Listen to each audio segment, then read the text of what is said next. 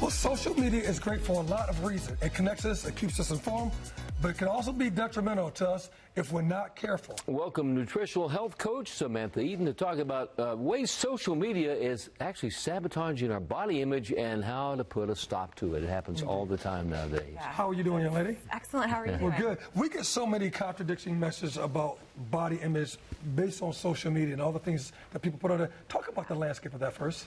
Yeah, I mean, I think on one hand, we are exposed to more messages of female empowerment than ever before, which is great. There's body-positive bloggers and plus-size influencers, and even celebrities sometimes post photos of cellulite and stretch marks.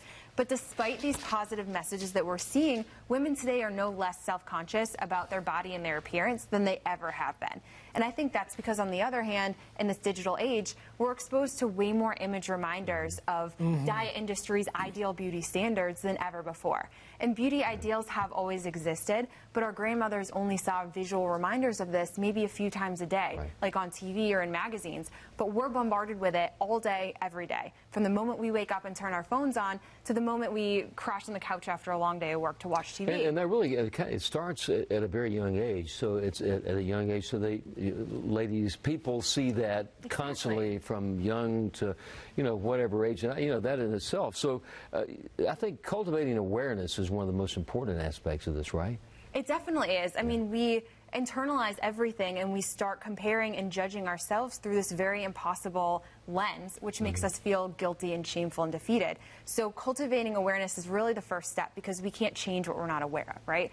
So I think it's helpful for at least a couple days to stay very mentally tuned in as you scroll through your social feeds to see, what are you doing as you scroll? What are you looking for something in particular? Are you judging? Are you comparing? Okay, I understand what you mean by cultivating awareness now. Yeah. Okay. That's really it. So am I judging? Am I comparing? What thoughts are coming up in your head? And then how are those thoughts making you feel? Maybe they're making you feel great and inspired and empowered towards your, to take action towards your goals. Or maybe they're making you feel less than, defeated and jealous, which is making you dive headfirst into a pint of ice cream to self-soothe. So it's important to kind of make that connection of how your thoughts are making you feel, and then what action you're then taking. Are there triggers? Are there individual triggers that, that do this? That's really what this is. You're identifying what your triggers are for this building awareness step.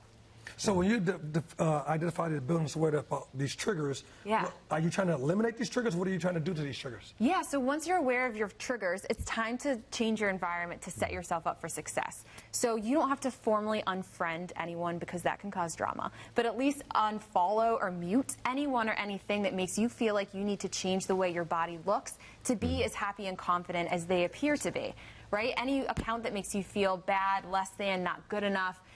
And for an example of why this is so important, say you're scrolling through social media and you see a super fit looking health guru post a bikini shot.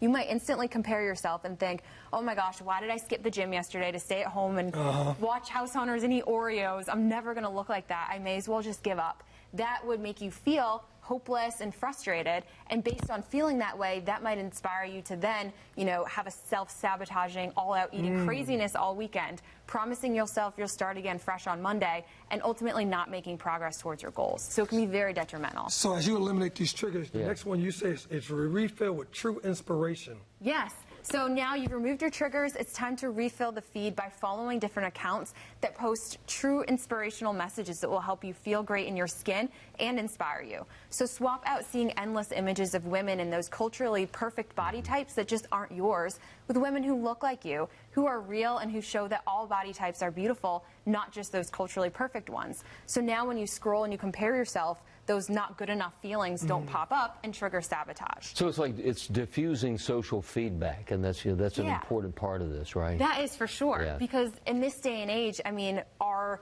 own comparison and self-objectifying behaviors have absolutely been supercharged. And when we combine the evaluation and scrutiny from our own inner mean girl or inner mean boy voice with the quantifiable scrutiny that can come in the comments or the lack of likes and shares of a post, this ups the pressure even more. So be very aware of why you're posting something, what storyline you're telling yourself behind what those likes and shares mean. So if you're going to post something and it gets not a lot of likes and shares and you're going to feel bad, don't post it, or work to change what you're making that mean. So you have some personal experience with this. Tell us about it. Yeah, I mean, I just remember the more I tried to force my body to look like this picture-perfect mold of what I thought it should be, the more frustrated and self-conscious I felt, and the harder it was for me to embrace who I was and find worthiness in that.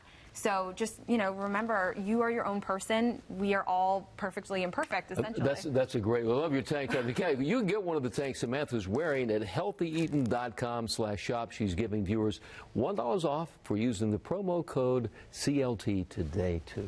Now, I think you have $2 off, right? Yeah, $2 off, and $2. a dollar of each of them goes to benefit the Humane Society. Okay, very good. Well, Yeah. I like the idea. It's a great idea. Perfectly imperfect. Yeah. Thank you very much. Sure. And we think you're perfectly perfect, by the way. Thank you. Thank you. Good job, Samantha. All right, we're coming up on Shout today, an international twist to chicken. Chef Carol Green is firing up the grill with some tasty curried apricot chicken skewers today.